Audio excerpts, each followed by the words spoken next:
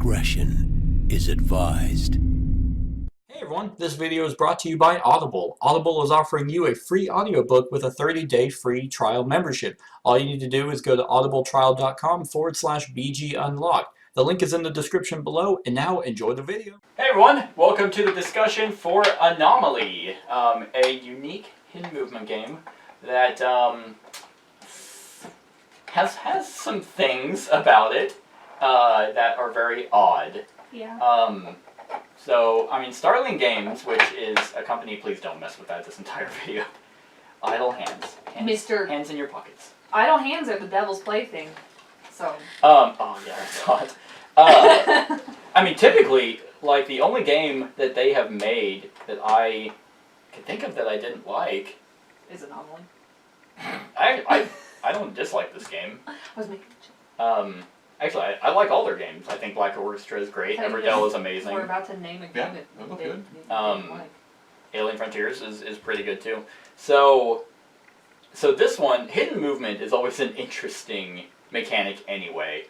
And I feel like that is one of those genres that no matter which side of the field you're on, you're going to think it's an unbalanced game. Yeah. Like Letters from Whitechapel, people think it's unbalanced. Spectre Ops, unbalanced. Hunt for the Ring, you guys played. We did that for the channel. You guys thought it was unbalanced. I just think it takes a weird mindset to find the balance. I personally didn't think this was unbalanced. Like, there was multiple times that you guys were about to kill me, one shot away from killing me. Twice. Mm-hmm. I mean, I didn't say that I thought it was unbalanced. It's just, it has an interesting balance mechanic that I don't know if I find pleasing. Gotcha. Because it just, you hit them, obviously, then it becomes kind of like a back and forth for a bit, and then whoever comes out on top, or whoever is obviously losing or has less capability will bail. Yeah. And it's because when you hurt us, you also increase your max health. If I feed on you. Or increase your max health while reducing our max health. Yeah. So, I mean, that's a balancing mechanic in and of itself. And then leaving you open, you get hit by stun baton, you take 3 damage, but at the same time... Right. And that's where I think so what makes this game interesting is in every hidden movement game, the person hiding is always running away. Fury of Dracula is one of the few that actually has combat in it. That Dracula can, only during night, kind of gain the upper hand in combat, but any other time he's vulnerable, so most of the time he's still running. What makes this one interesting is it says Anomaly is a hidden movement, deduction, and combat game. Mm-hmm.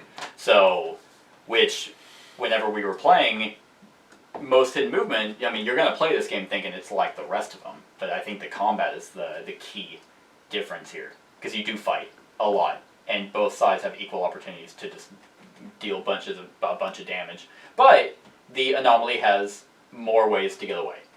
Like, every time you kept trying to put these out, you're like, okay, moved. Here. Versus when you guys move, it's 1 of 4 spots. Yep. Or 2. Yeah. Depending on our location and the symbol we place. Yeah. And I think that's also an interesting thing, because in a multiplayer game, if this was 4 players, which actually is one of the things I do like about this game plays 2 to 4, not 2 to 5, where it's like, oh, to get the real experience, you need 4 full students and 1 Anomaly. But the action points for the Anomaly does not change based off number of players. So if there's 4 students, then, not 4 students, 3 students, then you guys have 3 cards each, more options, more variety with the deck and with the cards. Oh, so 4. I think it'd actually be the same. It'd be one extra card, and is it still the whole when we're down to 2? Yep. Yeah. Okay. So yours don't change, but ours do. Correct. But so ideally, I think their idea is, okay, more students means more times you guys are going to be doing something to give to me. Which is not the case. Like, you guys severely have control over exactly what the Anomaly can do, which I think is actually really interesting. I think the fact that you can be like, we don't want them to have evolve cards. Great, we will always use these cards to move. Or we can give him 1. Like, hey, here's a baton. Boom, we know you're here. We're gonna hit you for 3. You're only getting 1 evolve, and then the rest you can control. That's very interesting. I've always liked games that, depending on how how much one side does equals how much the other side do. Level 7 Omega was the exact same way. How many actions and stuff you guys did were more tokens that I got. Meaning I could activate more people on my side. I always thought that was an interesting balance. Because if you guys were like, well, we're not in the best position here, so let's not do a lot and give him anything. Let's wait till we can do a bunch of stuff, and then we'll risk giving him a bunch of stuff to do. I always thought that was an interesting mechanic. But you're right. The rulebook is pretty bad in explaining how rounds actually go. It says student anomaly, but then it says students can do any number of actions on their turn. Or the anomaly does, as long as he doesn't have 3 action points. So it's like, does that mean you guys can do everything, then I can do everything? It was weird. I liked how we played it. Right, it was just more of a, you played as, I think it's just describing your actions essentially as interrupts. Yeah. It's like, we do a thing, interrupt opportunity. I guess. We do a thing, interrupt opportunity. Yeah. Because you guys had 8 cards total. One person, if you have a great hand, you can do all 4 of your actions. The other person can do 2 or 3 and 3. And essentially, at max, I will also have 6. Because if I do a move or feed, then I can also do a special. Which at first I was like, that sounds broken. I didn't think so. Like, literally the only reason you guys lost was because Kat had nowhere else to go. Yeah. And I couldn't hit you. And you couldn't hit me. So, yeah, like if the draws were different. Yeah. Literally, if you had drawn a bludgeon or a double strike, then you would have won. It was 1 card away, and that's how I think it's balanced. Feels weird, and it's I don't know. Kat, why didn't you like it? Oh, there was just like little, finicky things I didn't like. I had a trap like this whole time, and I set it down early game, only for you to never go there ever again. Only because when you set it, you were visible on the map, so I knew to avoid it. And I actually did go there. The whole entire game? I went there once, but you never knew when I moved there. Right. I don't like how it's on my little tiny map. Because just me personally, like, I was just never really looking for it. Like, oh, fuck yeah, I'll activate that on the off chance that he's there. Yeah, and I think that's a player thing, because if you put it on the big map, then I would obviously never go there. I also like how, I dislike, I guess I should actually say, I don't know. You don't know? It was hard for me to, keep looking over here and looking down here. Because, like, my brain's not associating it as the same map, basically, because, like, this is so detailed. And, like... And this is just the symbols. And really cool, and it's just the symbols that I would get, like, lost. And, like, the kind of color tone is a little bit different, so, again, I would just get lost. Like, these are more yellow, those are more orange, these are more red-orange, these are more just normal orange, like, wrench-wise, and so... That's a good point. That is actually very true. These colors are completely different than so, these. Yeah, and so sometimes that would kind of lose me, and which is why, like, right towards the end, I was like, am I in the right spot? Like, where am I? Did you have that problem? And, like, these are not more evident to me. Like, I know that these are the blocking, but, yeah, those are the sections. Because of how big they are. Correct, I did have that problem. Like, there were times where I was like, am I in the same spot? And I'm like, oh, okay, so yeah, because the outer rim is, like, it's so huge to get around. And, like, and that's totally fine that, like, if I'm the only one who had that problem, that's just a problem for me. Yeah. That, like, I wasn't able to easily look down and associate where I was at. And that's actually, bringing up the minimap, that's what makes this game also completely unique, because everyone's hidden. So what do you guys think about that? It was pretty You've played a lot more frustrating. hidden movements than Devin has. Yeah, it was Devin's pretty frustrating not knowing where my partner Letters was from at. Whitechapel and Hunt for the Ring. I like this. Yeah. I like the everyone's hidden. It adds a little bit more tension to the game, because, like, if you're openly shooting into a room thinking that that's where... It's like Vegas, baby. Yeah, Chris Big win big. And you immediately shot her, which just, it's like, okay, well, now I know where she's at. Right out of the I think that... But we know where he's not. It's really interesting, because you can honestly kind of do a lot of baits, but if you're really...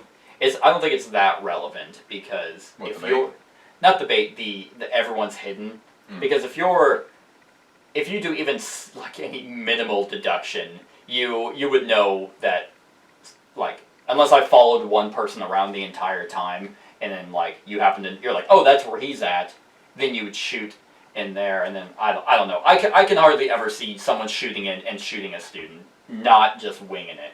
There was also something else that I didn't know. What? Holiday. It was, and we kind of talked about it during the game, and it was just like in the one specific instance of, where like we have so much that will reveal us. Like. With that particular evolution. Yeah. Correct.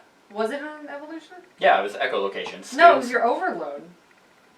No, it's no, echolocation was students must reveal their position when they use any action other than move, track, or trap. Yeah, that was his choice too. Oh, well, then I'm talking about a different thing, my bad. So, in the game, when you placed overload, I was like, okay, yeah, we can try to track them. Because you place 2 electricity tokens in any zone. Yep. Yeah, and I know that kind of chafed my ass a little bit because I was like, well, how the fuck am I supposed to ever know where you're at? But it doesn't matter. Like, the overloads don't do anything for me unless I specifically get the evolution that heals me. Then I have to feed on it. Then I immediately reveal myself. Yeah, and the point that I made during the video was the fact that I needed something to, like, track you. And so the fact that you can just place stuff anywhere. But you can immediately just be like, I'm gonna track.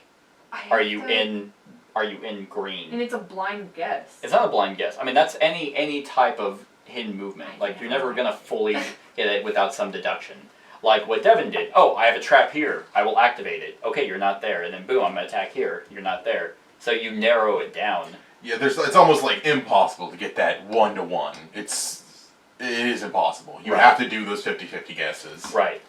And then like during the game, I was like, I didn't know how to argue against if I activate them, because when I overload them a second time and pop off the electric to actually damage you, you just have to say I was damaged. You don't ever reveal yourself.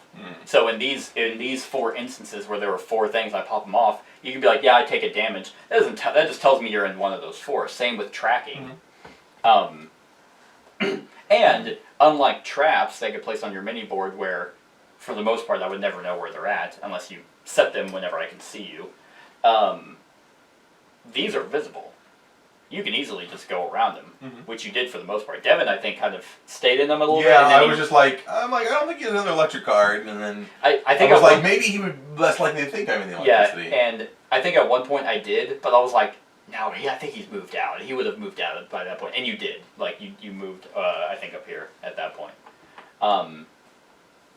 So I mean, you guys have 1, 2, 3, 4, 5, 6. You have 9 special actions. I have 5. And the only way I get anything better is the evolve cards, which you guys have to willingly give me. First of all, if you guys don't give me anything, then I'm just moving and feeding, which then when I feed, I tell you exactly where I'm at.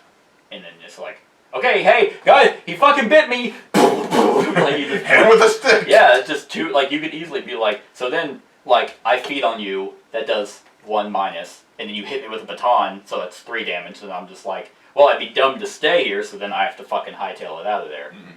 I don't know. I think it's balanced. I think the combat makes it interesting. The hidden movement for everyone is a unique twist. The radiation tokens are kind of stupid. I actually really don't care that they're there. I think how you put it down is stupid. It is really dumb because it's like, so the next one, this was the last one placed, so then it's like, and there's no arrow on these things, so it's like, okay, that was the last one placed, so the next lowest number, it would have gone down here. And like what numbers are you talking about? Well, I think that's kind of their time mechanic. Because they have to keep it to a certain... Yeah, that's true. That's a good point. So, what it is there's these numbers on... Oh, they are. Numbered on here. And there's no numbers on these locations, so what I did was I placed the 1 where the arrow was going. Oh, no, that's not true. I was facing the numbers where the arrow was, so they'd be legible like that. So then... If this and you do the lowest number. Well, I get that. Yeah. I was wondering where you were getting the numbers. Gotcha. So then, yeah, it still would have been here. Yeah. That's actually a good point. It does limit the game because at some point all of them will be placed. Therefore, everyone's narrowing the battlefield, like forcing us closer together, and. Yep. I don't know. What did you not like anything about it? I mean, it's not a bad game. Yeah. No, I mean. I will say it's not my favorite hidden movement. Right. Yeah. I mean, my main issue is just, I mean, I don't know how to do anything better, but that's the balancing mechanic was interesting. Yeah. It's just, we had to have a back and forth, like, you know. Right. Because like our early game, I was like, how the hell do I damage him? But then I was like, you hit me, and then it was like, oh, you don't get to move immediately afterward. Yeah. I'm like, okay, Yeah. I'm gonna hit you with a stick. Yeah, and that's actually why I think the evolutions are really cool. I think that makes it super innovative, because in Letters from Whitechapel, Jack can only fucking run. Like, he has to, and you know exactly where he starts. Then he has to make it, you don't know where his hideout is, but over time it's like, okay, well, he moved 5 spaces. He's 5 spaces away from where he started. But yeah, he does have some tokens that only allow him to get away. He can't do anything. Hunt for the Ring, same thing. Spectre Ops is shit, so let's ignore that one. And Fear of Dracula is probably one of the best. However, it's a 4-hour game. It will be long. It's exciting, in my opinion, the entire time, but it is long. This one, I thought the evolutions were really, really cool. Whenever, at first, I was like, oh, okay, I finally get to evolve. Then I'm like, wait, any of these are good. Because I had electricity out, then I'm like, oh, I could get that and heal up. Ooh, but the echolocation, that's going to limit them on how they want to do things, and they're going to tell me where they're at. Then, once I started realizing that, oh, you could hurt me at the end of a round, start a new round, and hurt me, so then I thought the fucking reactive one, once per round, if you attack an anomaly when he doesn't have any AP left, the anomaly gets an immediate optional free movement after that student's turn. Yeah, and that would have been really good, because it's like, hit me with a baton, next round, ooh! And it's like, but first I jettison out of there to prevent that from happening. So I just thought they were really, really cool. Yeah, it's very finicky, kind of, with the echolocation, because it did kind of take away one of your special actions, the stims.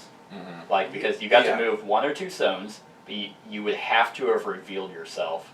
Only place a tracking card based on the zone you. Well, I reveal myself where I started. I don't mind, but. Yeah, and I mean, echoes. Their position when they use. That might have been it. That might have been the when I use it. So I use stim. Boom! This is where I'm at, and then you move away. That might have been it. Yeah, I could play it like that. I don't think that's any issue. So usually, if I'm gonna stim, it's because I'm very revealed. Yeah, it's like, yeah. I need to get. Yeah, I need to get out of here. So I don't know. I thoroughly enjoyed it. I think what I was worried about was this was going to be another hidden movement. Like, wow, you did nothing innovative. And, you know, man, I hide and you guys try to find me. Ooh. It wasn't bad. Interesting concept. I mean, it didn't. It's definitely one I would enjoy, like in like a rotation. Like, oh, we're having a game. Yeah, this would be just a like little bringing game. back in. It's like I'm not gonna come. I would not play this all the time. Right. I wouldn't play really any hidden movement game all the time. Yeah. But yeah, those are kind of just the gist of them. Like, oh, okay, we haven't played one of them in a while. But if I had to rank them, I don't. I think I like this better. Spectre Ops is not even on the fucking list. I think I like this better than Letters from Whitechapel, but I don't like it as much as Hunt for the Ring or Fury of Dracula. So it's just it was fun and unique. Do you guys have anything else? Do you have anything that you did like? I mean, I like the art. I think the art's pretty cool. Yeah, I like that they made like an academy Yeah, I poster. was like that there was no, like in Letters of Whitechapel, there was just that hopeless feeling. It's like, where the fuck? I mean, at least that here, it keeps that feeling to a minimum. That's actually a very good point. We had a bearing on where you were. Right. Which Yeah. doesn't The map is happen only often. so big. And And it's like, I mean, literally it just took maybe 1 or 2 actions on your part. And even then, it's like, if I teleport, it's like, okay, track. All right, boom. Like, now immediately you have yellow out. And if I say no, that cuts out four sections. It's a kind of like a weaker Maria from Fear of Dracula. Whenever she's in a space with another investigator, she does a whole region. Like, Dracula has to tell you if he's in that region. Her ability is crucial for the investigators or the hunters winning Fury of Dracula. If you never use her ability, you're not going to win. But this one, the tracking was just like, okay, well, I'm not going to move, but I'm going to track, and then it's like, oh, okay, well, so that's a good point.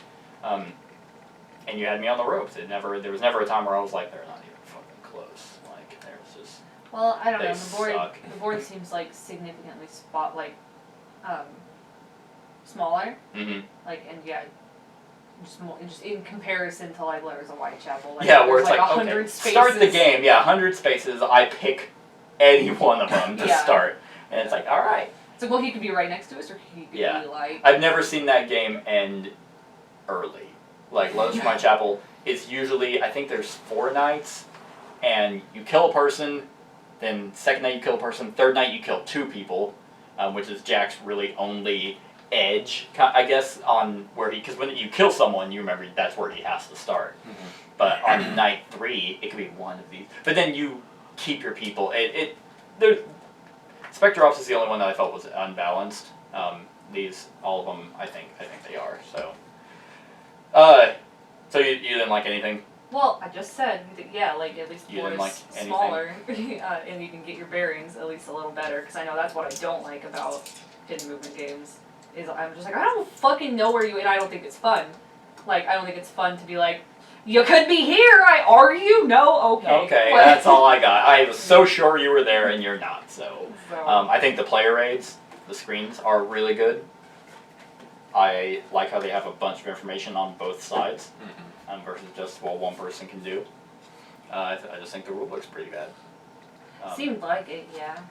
But yeah, so scale of 1 to 10. Cat. I don't even know. All right, well we'll come back to you, Yeah, Devin. circle around. You know, I'll give it. It's kind of my staple. Do juicy 7. Juicy 7. Okay. Cat. No, I said go around. Oh, okay. I would agree. I would give it a 7 as well. I do think it's an above average game, and I do really like the innovation that makes it unique to other hidden movement. Doesn't look too pricey. I don't think it was. I actually think it was Kickstarter. I didn't get it off Kickstarter. Obviously, I picked it up while we were at I guess Gen I Con. should stop talking about price after getting KDM, shouldn't I? That you pretty I much should stop yeah. putting that as probably like, whoa. What would I pay $60 Right, for this game? Right. I only pay top dollar. For boutique games. Yeah, so yeah, I'm gonna agree with you. I think a 7 is a solid number, solid rating. I think that's also a fair You're like, I think it's a 3. number. I think so. Get it out of my face. It's a 2. Just say 2. I It's think okay. no. You get it. I think 7's fair. I think I just have to keep track of the board better, on my end, honestly. Yeah, I think what you said, like a every rotation, just like, oh, okay, yeah, we'll play it. Well, yeah, I think that's. I'm just part of let's do a handful of games. It's like it's nothing you're gonna If we're gather going for, everyone. Oh, let's all play it. No. Right. Well, like It's you can not do like a that themed game night. Just Yeah. all a bunch of hidden movement. We draw names out of a hat. Who's gonna be the bad guy? And Yeah. Okay. Awesome. So that's our thoughts on Anomaly, everyone. Let us know what you think of the game in the comments below. Other than that, like, comment, share, and subscribe, and have a wonderful whatever time of day it is for you. think about it. Hey everyone, thanks so much for watching this, and if you like this video, then click the subscribe button below to enjoy any video that I put out. And right next to that subscribe button is a little bell. Click that so you get notified of whenever I actually upload these videos. If you want to support the channel, you can definitely visit my Patreon page. The link is in the description below. Other than that, like, comment, share, and subscribe, and have a wonderful whatever time of day it is for you.